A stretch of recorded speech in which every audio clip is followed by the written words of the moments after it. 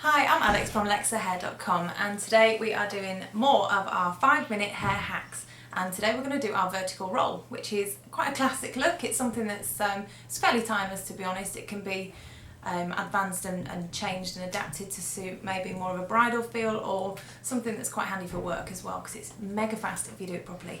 So what we're going to do is start with back combing. Now this is the foundation of all decent updos, okay? So I'm using my trusty old pintail comb. This is the love of my life, and I'm going to start by putting in a really natural side parting, something that will work very easily on me because that's where it parts. But if you want to go with centre parting, that's also fine, however it falls naturally. Don't try and force it.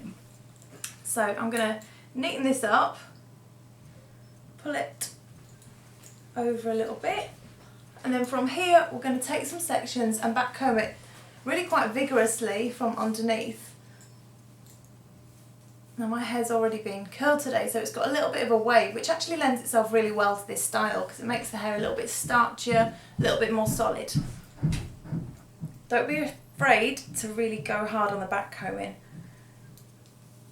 I'm going to really make sure those roots are really elevated. And the reason that we also do this is because it changes the texture of the hair, so it'll be a lot more solid in its style and it's a lot easier to work with. I always think with hair up it's a bit like sculpture but with a different medium. Instead of wood, you're creating shapes out of the fibre of the hair, so back combing really does help. And we're going to do this all the way down the mid-lengths and ends actually, which is quite unusual. That's not really something I do or advocate very much, but for this style it really is quite necessary. So right down here, and then I'm going to comb it. Bear in mind that none of this back combing needs to be visible or should be visible for the finished look. So you should always make sure you have quite a smooth sort of surface layer above the back combing underneath. And then what I'm going to do is comb it, and I'm just going to spin myself around so you can see what's going on at the back here, okay? So from the nape, I'm purposely using dark grip so you can see exactly what's going on. From the nape, I'm going to insert these pins up the head shape just to secure that smoothness. And eventually, just make sure, don't worry about how many you're putting in because they're not going to be visible anyway. Just ensure that all that little floaty hair at the hairline is all nice and tight and secure. It doesn't matter if a little bit falls out through the frontal hairline because that will soften it, and in my opinion just kind of work quite well with the shape and the style. It doesn't matter if these clips aren't in a perfect line as long as they're there basically, because this is going to be a bit like scaffolding for style. And we get to the top,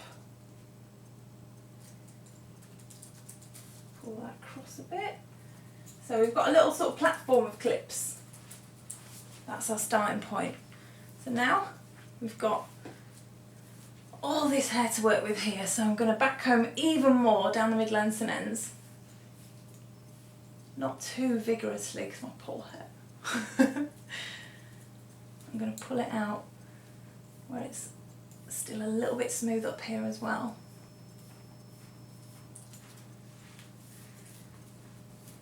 And I'm going to leave just some little bits, as I usually do, just through the front, just to soften it somewhat. So, I'm going to spin back round for you. Now this is a slightly tricky bit on yourself, but practice makes perfect. So what we're going to do is kind of guide this hair into a vertical roll. So what you can do is begin to twist it, and then twist it upon itself with your thumb down that roll.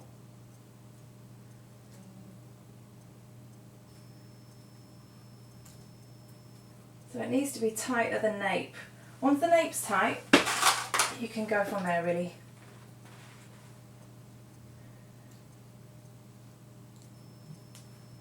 So what you're doing is pushing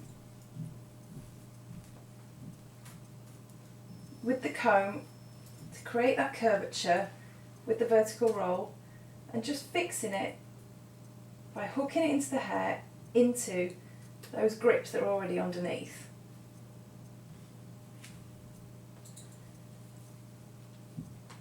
Now if you've got really, really thick hair, you'll find that your vertical roll will end up really quite large. So I'd recommend that you start quite tight, otherwise you're going to end up with a bit of an absolutely fabulous number, a bit of a Patsy darling. But remember, it's not meant to be particularly perfect, it's meant to be quite dishevelled.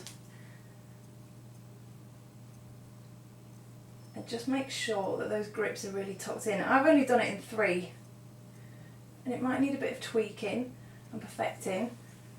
It might not be perfectly straight, but you can do that as time goes on, and you can bring a mirror and just adjust it and adapt it as need be. Now these sections are coming through the front quite large. They're falling out a bit, but I kind of like that, to be honest. I'll just adapt that. Perfect. Now everything, as always, has been covered in magical potions, so it's got loads of heat protection on, which is perfect. So through these frontal sections, I'm just going to take the trusty old original irons, Cloud 9s, and just smooth down the mid-lengths and ends, and just gently soften. Just a slight bend, nothing too dramatic. See, this is perfect for nipping out for drinks after work. If your hair's already curly, like I say, it's a great platform to start off.